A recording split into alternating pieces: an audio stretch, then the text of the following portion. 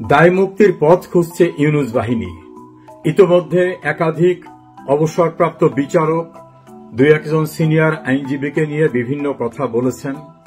কিছু তরুণ আইনজীবীরা উচ্ছ্বাসের সঙ্গে তাকে অনেক পথ বাতলে দিয়েছেন, কিন্তু সেই সকল পথে সন্তুষ্ট নন ডক্টর ইউনূস এবং তার বাহিনী।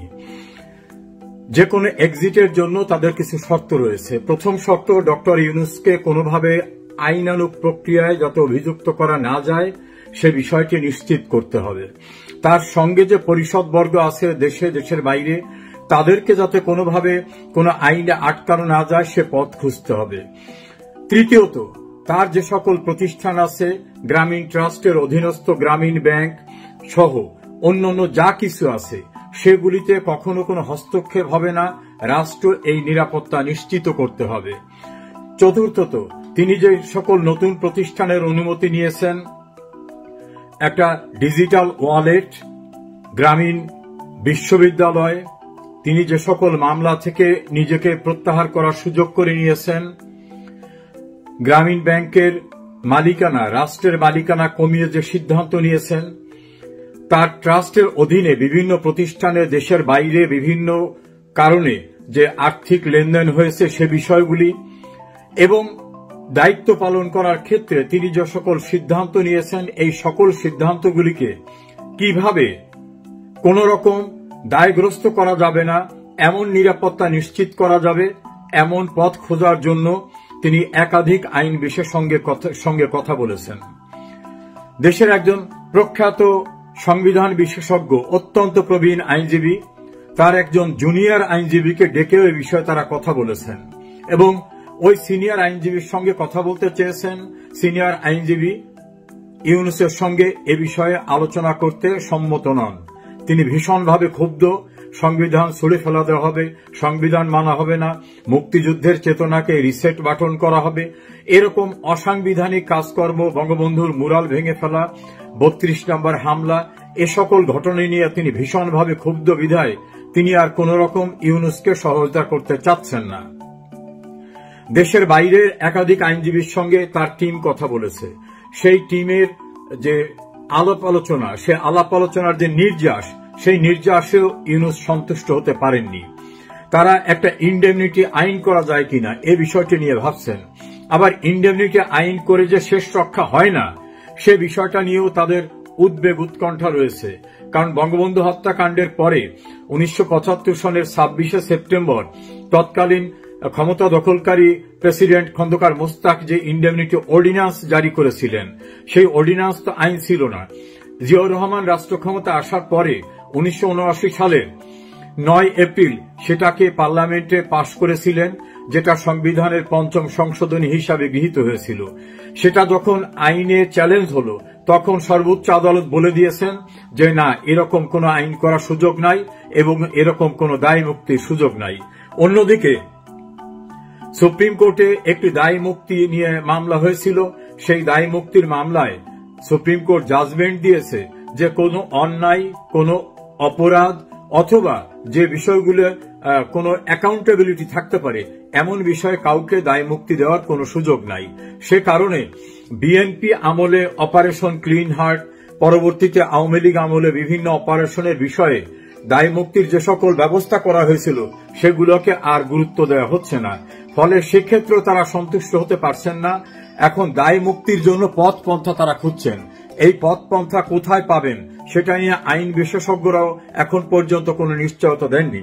ফলে জুলাই ঘোষণায় যে এই সকল বিষয়গুলি থাকতে হবে, সেক্ষেত্রে ইউনূসের ব্যক্তিগত টিম তাদের বিষয়গুলোকে সামনে নিয়ে আসছেন।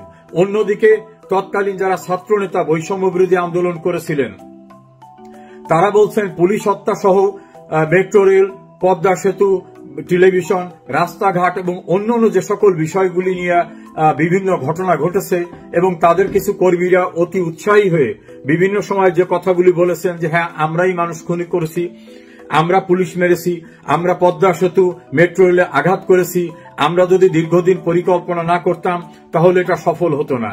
এই স্বীকারোক্তিগুলো এখন ফেসবুকে, ইউটিউবে সর্বত্র রয়েছে। ফলে এগুলি এক প্রকার স্বীকারোক্তি হয়ে গেছে। তাহলে এই জাতীয় পরিস্থিতির থেকে পরিত্রাণ কি? আবার একাধিক উপদেষ্টা, বিশেষ করে আসিফ মাহমুদ সজীব ভুইয়া তিনি এবং নাহিদ ইসলাম, তারপরে মাহফুজ আলম এবং আর হাসনাত আব্দুল্লাহ, এরা প্রকাশ্যভাবে আইনের পরিপন্থী, সংবিধানের পরিপন্থী অনেক কথা বলেছেন। কেউ কেউ তো বলেছেন এই সংবিধানকে ছুঁড়ে ফেলে দেওয়া হবে, এই সংবিধান রাখা হবে না। আবার বঙ্গবন্ধু ভবন, যেটা আমাদের একটা প্রত্নতাত্ত্বিক জায়গা ছিল এবং রাষ্ট্রীয় একটা গুরুত্বপূর্ণ স্থাপনা ছিল, সেটা ভেঙে ফেলার সময় প্রশাসনের কেউ কোনো দায়িত্ব পালন করেন নাই। যারা দায়িত্ব পালন করেন নাই তারা যদি দায়বদ্ধ হন, তাদের অবস্থাটা কি হবে? যে সকল কর্মকর্তাদের জোর করে বাড়িতে পাঠিয়ে দেওয়া হয়েছে, যাদের চাকরিতে থাকা অবস্থায় বিদায় করা হয়েছে, তাদের কি হবে? সুপ্রিম কোর্টের বিচারকদের মারধর করার কথা বলে, হামলা করে তাদের বাড়িঘর এবং সুপ্রিম কোর্টে আগুন দেওয়ার কথা বলে তাদেরকে পদত্যাগ করতে বাধ্য করা, অন্যান্য বিচারকদের বাধ্য করা, বিভিন্নভাবে যে সকল ঘটনা ঘটানো হয়েছে সেগুলো নিয়ে একটা টিম এখন হোমওয়ার্ক করছেন। এই হোমওয়ার্ক যারা করছেন তারা কোনো ফয়সালা আসতে পারেননি। সেই ক্ষেত্রে জুলাই ডিক্লারেশনের ভিতরে তারা কি কি বিষয়কে অন্তর্ভুক্ত করবেন এবং এটাকে সংবিধানের যদি বিএনপির আগ্রহ অনুযায়ী বা বিএনপির সম্মতি অনুযায়ী যদি তফসিলভুক্ত করা হয়, তাতে কি কোনো পরিত্রাণ হবে? কারণ তফসিল তো ফান্ডামেন্টাল স্ট্রাকচারের পার্ট না। তফসিলে অনেক কিছু থাকে, কিভাবে শপথ হবে তার স্ট্রাকচার থাকে, নানা কাহিনী থাকে। ফলে ওই জায়গায় কিন্তু তারা গিয়ে কোনো সিদ্ধান্তে উপনীত হতে পারছেন না। এখন সেফ এক্সিটের জন্য প্রশাসনে যারা আছে, বিশেষ করে সেনাবাহিনী, পুলিশ, র্যাব, বিজিবি এবং অন্যান্য যারা সিভিলিয়ান আছেন, তারা কতটা নিশ্চয়তা দেবেন, এই সকল বিষয় নিয়ে এখন ঘরমাক্ত অবস্থা। স্পেশাল টিম, ছাত্রদের টিম যেভাবে কাজ করছে, একইভাবে ইউনূসের ব্যক্তিগত টিম কাজ করছে। এই ক্ষেত্রে ইউনূসের টিম এবং ছাত্রদের টিমের মধ্যে মতানৈক্য দেখা দিয়েছে। কে কারটাকে নিশ্চিত করাতে পারবেন সেটা নিয়ে তারা ব্যস্ত হয়ে গেছেন। এর সঙ্গে নতুন করে যুক্ত হয়েছে বিভিন্ন সময় বিভিন্ন জায়গায় বিভিন্ন ঘটনা ঘটাবার প্রেক্ষিতে যে ফৌজদারি অপরাধ সংগঠিত হয়ে গেছে, সেই অপরাধের দায় কে নেবে? কতজন পুলিশ মারা গেছে সেটার এখনো সরকার কোনো রিপোর্ট সংগ্রহ করতে পারেননি। কোন কোন জায়গায় লাশ তুলে আবার পোস্টমর্টম করা হয়েছে। পোস্টমর্টম ছাড়াও যে বিচার হতে পারে সেটা এই সরকারই নতুন করে শুরু করেছেন। আবার রাষ্ট্রপতির অধ্যাদেশ দিয়ে অনেকগুলো কার্যক্রম শুরু করা হয়েছে। যেমন রাষ্ট্রপতির অধ্যাদেশের ধারাবাহিকতায় এখন আন্তর্জাতিক মানবাধিকার যে ট্রাইব্যুনালটা করা হয়েছে আইসিটি, সেখানে বিচার করছে। ওই অধ্যাদেশ যদি নির্বাচনে যে সরকার ক্ষমতা আসবে তারা যদি অধ্যাদেশটাকে আইনে পরিণত না করে তাহলে কি হবে?